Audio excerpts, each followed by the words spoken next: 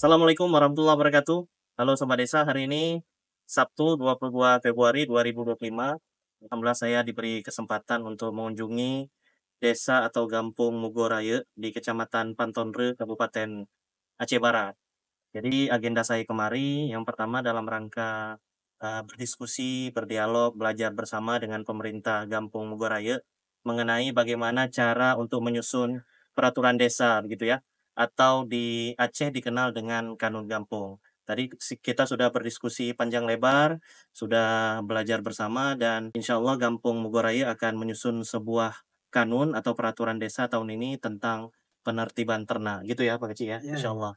Dan karena saya juga sudah sampai kemari Mugoraya dan kita dulu pernah mendokumentasikan juga kegiatan Napak Tilas dalam rangka peringatan wafatnya Teguh Umar Johan Pahlawan ke-126. Jadi tidak elok rasanya kalau saya nggak berdiskusi terkait dengan apa saja hal-hal yang ada di desa Mugoraya ini. Bersama dengan saya sudah ada Pak Kecik Gampung Mugoraya dan Bapak Imunci. Assalamualaikum Bapak-Bapak, sehat Pak ya?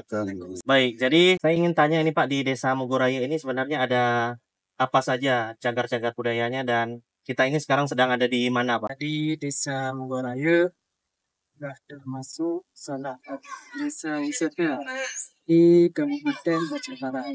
Ya, tidak ada di antaranya adalah makam Teguh Umar Johan Pahlawan, makam di sana mungkin sudah tahu bersama. Kemudian ada Quran Wangi. Ya, Quran Wangi juga sudah termasuk situs wisata kabupaten. Kemudian ada Masjid Tuha. Nah, tempat kita berada ini Masjid Tuha. Mengenai sejarahnya mungkin umum lebih mengetahui lebih panjang lebar nanti. Baik, Pak tentu kalau di tempat kita berdiri ini Masjid Tuha Pak ya, Masjid Tuha Mugoraya. Nah ini gimana sejarahnya nih Pak? Udah berdiri dari tahun berapa ya? Sampai sekarang masih ada? Nah, ini Pak Masjid Tuha Mugo ini berdirinya tahun 1711 kan. 1711 Masehi. Ini sebelum 1819. Ini masjid ini masjid satu penutupan gitu. Ini bebannya konten saja. Jadi kemudian berubah ini menjadi yang ketiga pindahannya. Dulu di orang sini sana, kemudian dipindah sebelah sini, bukan di tempat ini, itu dekat dengan tempat sekarang ini. Kemudian di tahun 54 dipindah ke tempat di sekarang ini. Nah ini 3 kali pindah. Ini dulu kan bukan gini bentuknya. Menurut masa kan, menurut masa ke masa itu berubah bentuk bangunannya dan motif-motifnya itu memang berbeda-beda. Tapi kenapa di Mugoraya ini banyak sekali situ? Karena kami, nenek moyang kami ataupun dulu memeliharakan situ-situ ini. Siapa tahu nanti dia anak-anak cucunya nanti akan bermanfaat. Alhamdulillah sudah dijawab. Dan sudah dijawab pemikiran-pemikiran nenek-nenek moyang kami dulu. Ya, termasuk Quran Wangi, termasuk masjid, kan? Termasuk makam rumah Johan Selawan. Bahkan Masjid Tuhan ini sebenarnya dulu di pemukiman Mugo ini waktu berpisah antara satu masjid ke masjid memang berdiri semuanya. Tapi sayang sekali di kampung lain diroboh kan. Oh, Diroboh kan. Diroboh. Kami tidak meroboh, mempertahankan. Lokasinya sangat sempit dulu hanya 20 meter.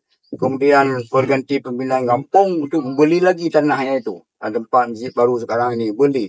Yang sebenarnya Masjid Tuhan ini jangan diroboh. Jangan dihilangkan jejak lah. Jejak dari situ sejarah. Ya, karena di usianya sudah 200 tahun lebih. Ya, 200 tahun lebih usia Masjid Tuhan ini. Alhamdulillah ini masih dipelihara dengan baik. Apalagi ini sudah bergabung dengan situs kebudayaan provinsi. Ya. Beliau lah yang support kami yang bahwa bagaimana masjid ini harus dirawat dengan baik dan apa-apa yang keperluannya mungkin bisa dianjurkan permohonan ke pihak balai terkait di Banda Aceh. Gitu. Masya Allah Pak Teguh ini Ya. kalau kita lihat masjidnya masih terawat Pak ya, Masih masih terawat. terpelihara. Alhamdulillah. Bahkan usianya sudah 200 tahun begitu ya. Ya. Kalau kita lihat dengan sejarah perjuangan Teguh Umar dulu, ketika Teguh Umar dibawa kemari, apa hubungannya Pak? Ada nggak hubungannya dengan Dulu kan ada hubungannya berkaitan. Karena makam Tuku Umar yang kedua itu ada di Mayang Gunung Menteng kan sebelah timur. Sedangkan masjid ini dulu sebelah timur sana. Tapi dengan waktu itu digali makam Tuku Umar itu, menurut cerita nenek moyang dulu ada disinggakan sebentar di Masjid Tuhan ini. Oh, Ya, Masjid Tuhan ini. Karena pergantian lah. Kita berikan kayu kafan lah, kemudian kayu tanggungnya mungkin begitu ceritanya. Tapi kita belum tahu yang jelas kan. iya. Sudah zaman dulu nggak tahu lagi. Tapi ada kaitannya. Ada kayak Ya, gitu, ya. ada kaitannya. Termasuk masjid sekarang ini, kenapa kami berikan kasih nama itu Masjid Syuhada. Memang kadang-kadang di Aceh ini belum pernah ada kan nama Masjid Syuhada. Iya. Tapi kami tetap memberi namanya Masjid Syuhada. Bahkan orang yang buatnya pun korban juga komplit kan. Tuku Umar pun korban perjuangan mereka. Masya Allah, iya sih. Ya. Ini masjid ini masih berfungsi Pak sampai sekarang? Alhamdulillah berfungsi Pak. Masih fungsi, kadang-kadang ada pengajian anak-anak di sini kan hari-hari gitu. Setiap hari kami fungsikan. Oh gitu ya. Kita belajar ilmu agama di sini. Iya. Di samping bilik-bilik ada di belakangnya abon kan. Iya. Gitu. Tadi Bapak sampaikan juga ini udah jadi salah satu situs cagar budaya juga Pak ya? Ada pun situs cagar budaya nasional. Oh gitu. Ada dari luar kira-kira Pak yang berkunjung kemari sekalian mampir ke makam Tuku Umar untuk lihat masjid Itu ada apa? Tapi ini lebih fokus pengunjung itu ke makam nasional. makam ya. Ya, bukan ke rumah ataupun ke Quran Wangi kan. Gitu. Ada tahu orang itu bahwa ini ada pelang nama itu kan, ini masih Tuhan penuh cagar budaya tahu. Gitu. Tapi lebih cenderung ke kedua situs tersebut, makam Umar dan Quran Wangi, dan bersentuhan dengan hajat-hajatan dan sebagainya. Itu kita masyarakat di sana yang lebih sentuh. Baik, menarik sekali ya Pak Teguh, Pak Keci. Alhamdulillah ternyata generasi orang tua kita zaman dulu bahkan sampai sekarang masih memelihara apa ya situs cagar budaya peninggalan orang tua kita sejak zaman dahulu. Buktinya masjid ini masih bertahan bahkan umurnya sudah ratusan tahun. Dan karena kita masih membicarakan tentang Teguh Umar, mungkin habis ini kita ke makam Pak ya. Umar. Kita coba lihat makamnya dan kita tanya-tanya lagi kepada Pak Tengku bagaimana sejarah sehingga Tuku Umar itu bisa dimakamkan di Mugo ini. Baik, terima kasih Pak. Ayo Bapak.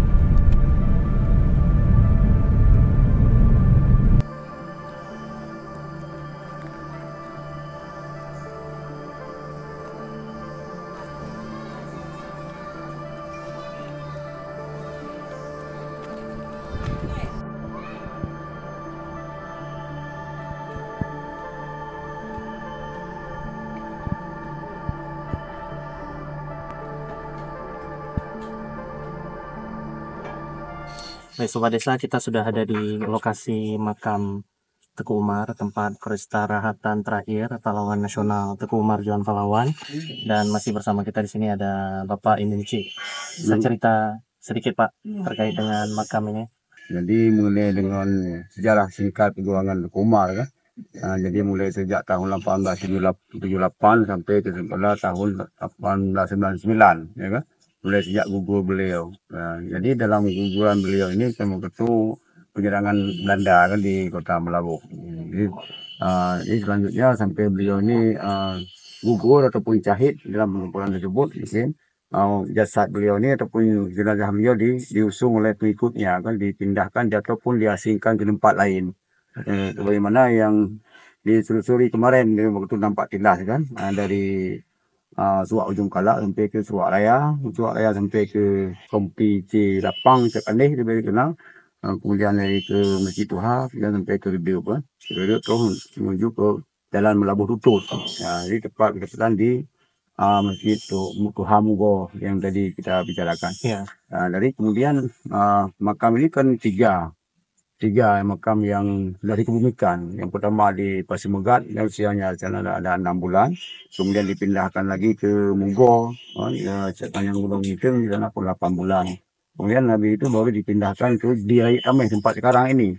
Jadi tahun yang sama mungkin dalam perjalanan jenazah beliau ini lamanya 14 bulan. 14 bulan dia sudah beliau syahid. Dibumikan, dipindah sampai sini di tahun 1891 gitu kan. 80-an ke atas lah. Ya. Jadi di sinilah makam beliau yang terakhir disemayamkan.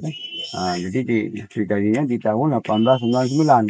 Tapi sayang sekali mungkin 50 tahun makam ini tidak tahu entah di mana yang positif makam beliau ini, kan nggak tahu. Orang masyarakat di tempat pun tidak tahu di mana sebenarnya makam Kumar. Jadi seperti itulah heboh, kalau bahasa sekarang heboh. Kalau dulu itu kan khawatir mungkin ini makam Kumar sudah digali oleh Belanda. Itulah paham masyarakat masa tersebut. Kemudian dipastikan oleh mukim kami di sini, itu mukim Mugo, teman-teman itu lah itu Raja Panjang lebih dikenal. Udah pastikan makam yang kedua itu memang sudah kosong diganti dengan kayu, kayu bulat itu ditaruh di dalam makam. Tapi orang yang menggali makam beliau ini tidak diberitahu siapa. Ya, hanya 4 orang itu menggali jam maghrib, digali makamnya, diambil, dibawa ke arah barat kan, ini arah barat. Maka tidak diberitahu pada siapapun. Karena dalam kenyataan beliau itu kenapa alasannya tidak ditahu? Kita takut bocornya rahasia. Ya, bocornya rahasia. Ini berempat lah mereka itu yang bawa beliau. Kemudian habis dikebumikan di malam hari itu, buatlah satu perjanjian kan. Satu perjanjian jangan terbongkar. Buatlah sumpah. Sumpah bagaimana jangan diberitahu kepada siapa-siapapun sebelum negara ini betul-betul aman ya gitu. Kemudian pagi harinya pulang mereka itu kan berlinan arah, bukan satu arah pulang. Jadi kalau ditanya oleh orang masyarakat kampung pada masa itu ada alasannya. Di mana nenek pulang, ada yang dari rotan, ada yang dari kayu bakar, dan macam-macam lah alasannya. Tetapi di satu saat di tahun 54 aman PI baru diberitahu yang positif di tempat ini. Maka disaksikan oleh masyarakat sekitar ini untuk mencari makamnya, karena makam tersebut tidak diberitahu kepada siapapun dulu kan.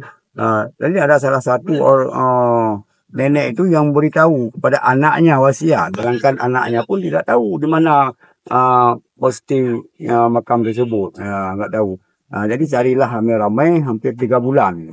3 bulan kalau cerita nenek memang dulu baru ketemu di hari ke-100. Karena disusuri lembah dan palet-palet dan gunung-gunungan di sini. Karena dulu masa di tahun 30-an makam ini kan kayak ini.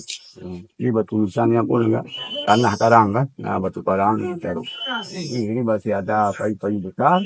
Kemudian waktu direnovasi di masa Pak Bupati Teguh Usman tahun 1982 ada pembangunan sini kan, barulah diubah tempat ini, maka diratakan ini, dibuatlah tempat utama ini anjungan satu. Jadi tempat ini kan udah dipugar ya, udah dibangun sedemikian rupa oleh pemerintah Kabupaten Aceh Barat, dan ini juga jadi lokasi peringatan wafatnya Tuku Umar setiap tanggal 11 Februari lah. Ya gitu. Ini sudah rangkaian nasional kan, rangkaian nasional di tiap tanggal 11 bulan 2 itu di sini ada haulnya kan, haulnya kenduri rakyat dalam agendanya kenduri rakyat. Maka di sinilah aktivitas kenduri rakyat. Pertama di malam hari itu kan ada pengajian, ada tahlilan dan sebagainya kan. Kemudian di pagi harinya kebiasaan itu kan upacara kepahlawanan, menginginkan kita sosok mengenang sosok kepahlawanan kita gitu. Sebagai juru kunci juga di sini, setahu Bapak, pengunjung yang datang kemari itu dari mana aja Pak selama ini? Oh gitu, baik. Kalau pengunjung datang ke sini Pak, di berbagai daerah ada di Aceh, bahkan ada di luar Aceh, kan ada di Tengah Jiran kemarin, ada dari Malaysia kan, dari Singapura pun ada, tapi jarang kan, berbanding kadang 5 tahun sekali yang itu. Karena orang luar itu tahu sejarahnya di YouTube ataupun dengan sejarah lokal ini yang dulu, karena kita dengan Melayu pun serumpun gitu, tahu orang itu. Jadi dari masyarakat di negeri kita ini, walaupun dari Sabang sampai Merauke ada itu masyarakat. ada dari Kalimantan, ada dari Sulawesi, dari Ambon, Jawa itu. Banyak ada juga. Selain makam ada pondok-pondok juga yang saya lihat, Pak ya. Ada. Tempat ini ya. Ada ini balai kan, ada anjungan, ada musola, ada tempat makan dan sebagainya kan. Nah, kalau orang-orang datang melepaskan nazar potong kambing itu nggak usah lagi dibawa tuh bahan-bahan masakan juga ada disediakan. Oh, ada tersedia. Ada sedia. Kemudian hari ini kita juga Sobat Desa melihat banyak pengunjung juga ya yang Ya. datang kemari, Pak. Ada yang dari Abdia tadi, kemudian sepertinya ada persiapan untuk acara khusus, Pak. Ada acara apa, Pak? Kalau bapak-bapak ini dari TNI bilang kan ada tamu kan Pak Pangdam Gubernur Aceh ya, datang ke sini untuk meresmikan tempat ini kan. Ini tempat ini kan dibangun oleh Pangdam tahun ini kan. Bilang Pak Pangdam support tempat ini, dia lah yang bangun. Dilibatkan lah Dandim, kota Dandim kan, di Orem yang itu berjalan. Berarti dari provinsi juga ada Ya, ada perhatian yang kemari, Pak ya. Dari kabupaten juga ada. Kalau dari desa, dari kampung sendiri, apa terlibatannya di sini, Pak? Kalau kami di Perannya. kampung, perannya ini kan kebersihan. Kebersihan. Kebersihan lingkungan ini dan jalan itu walaupun ditetapkan pada individu kan, pada orang lain, tapi yang dikuasai oleh kita. Gitu. Kalau pengunjung datang kemari, ada tempat untuk beli oleh-oleh, Kak? Kalau sementara ini belum ada. Belum ada, ya? Belum ada persiapan untuk oleh-oleh untuk bawa pulang ke kampung halamannya bagi tamu-tamu, belum ada. Mungkin mereka ada doa ke depan ini kan. Apalagi ini desa wisata kan. Ini Pak Sedeh ini tua wisata kan, kampung Borayu mungkin ke depan ada cendera mata lah untuk oleh-oleh waktu pulang siapa saja yang mengunjung ke sini gitu. Ya, mudah-mudahan ya, Pak ya, dari desa juga atau dari pemerintah kabupaten Ya. bisa support terus, Pak ya. Ya. Karena ini juga bagian daripada objek wisata dan cagar budaya di Kabupaten Aceh Barat. Amin. Pak, terima kasih banyak, Pak, Sama-sama. penjelasannya dari masjid tadi sampai dengan makam. Baik Sobat Desa, demikian kunjungan kita dari Masjid Tuha yang ada di Mugoraya, kemudian juga sampai ke makam Teku Umar ini. Mudah-mudahan video ini bisa mengedukasi dan menginspirasi Sobat Desa dimanapun berada. Dan insya Allah kita akan berkunjung lagi ke desa-desa lain untuk melihat pembelajaran-pembelajaran menarik lagi. Terima kasih udah nonton video ini sampai selesai. Sampai jumpa di video berikutnya. Salam Sobat Desa. Wassalamualaikum warahmatullahi wabarakatuh.